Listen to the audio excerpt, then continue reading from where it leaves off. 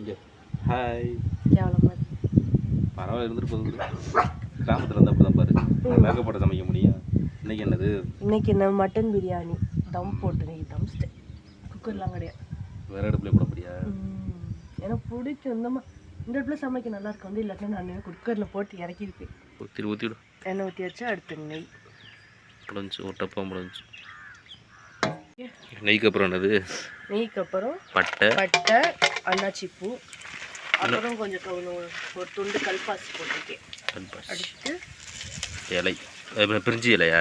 பிரிஞ்சி லீ. ஓ,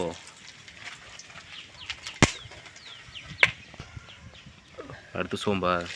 லைட்டாக எப்போதும் மசாலா அரைச்சிருவே, இன்னைக்கு அரைக்கிறேன். எனக்கு டைம் இல்லை.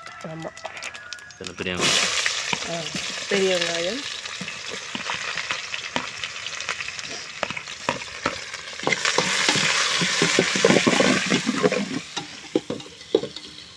Soup ready. சூப்பு மல்லிப்பள்ளி மட்டும்னா நல்லாயிருக்கும். கரண்ட் என்ன கரண்ட் இது தூக்கி ஊற்றி சட்டியை போட்டுக்கல, போட்டுக்க எல்லாம் போட்டு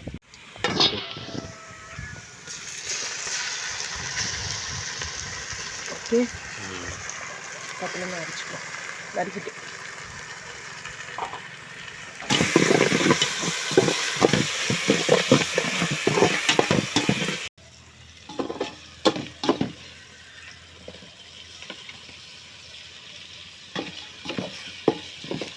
இதை பார்த்து நீங்கள் செய்யணும், என்னை எதிர்பார்க்கக்கூடாது. புதினாவா? சின்ன ஹெல்ப்பு என்ன? கரம் மசாலா, மிளகாத்தூள் ரெண்டையும் சேர்த்து எடுத்து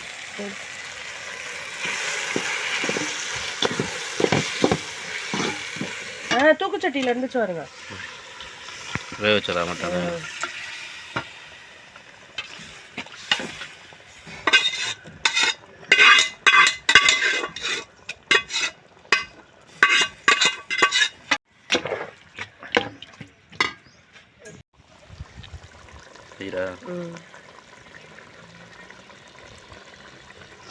போதுமா அது?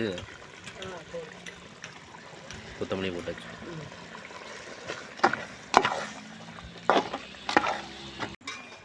நீ ஆட்டம் பண்ணுறது 3 4 இன்னும் 2 டம்ளர் ஊற்றணும். இவ்வளோப்பா?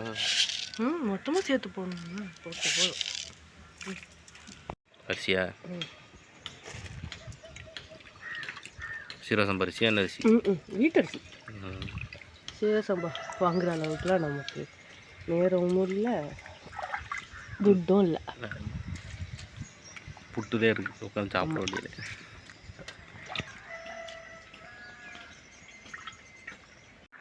நினச்சா வந்துருச்சு அரிசி.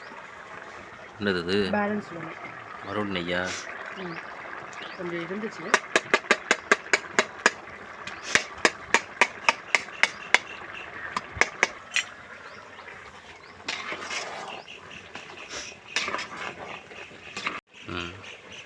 கீழே அரிக்கி வச்சு தான் போடக்கூடியா?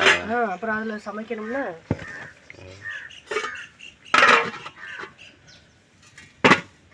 நெருப்பள்ளி போடலையா?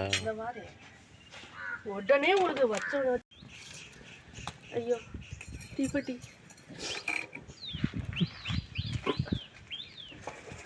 நீங்கள் தீப்பெட்டி எரிய என்ன பண்ண போகிறேன்னு தெரியல.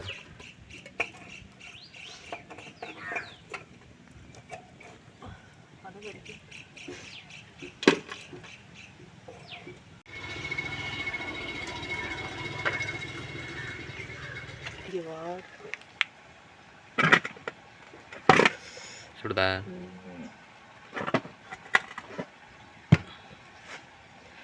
பறந்துறாங்க. சூப்பராக இருக்குது. சூப்பராக இருக்குது. நல்லா இருக்கு. பாஸ்மதி அரிசி மாதிரியே போது. பாஸ்மதி அரிசி பேரை சொல்லி சாப்பிட்டு வேண்டியது. சாப்பிட்டு பார்த்தீங்களா? சாப்பிட்ருவோம்.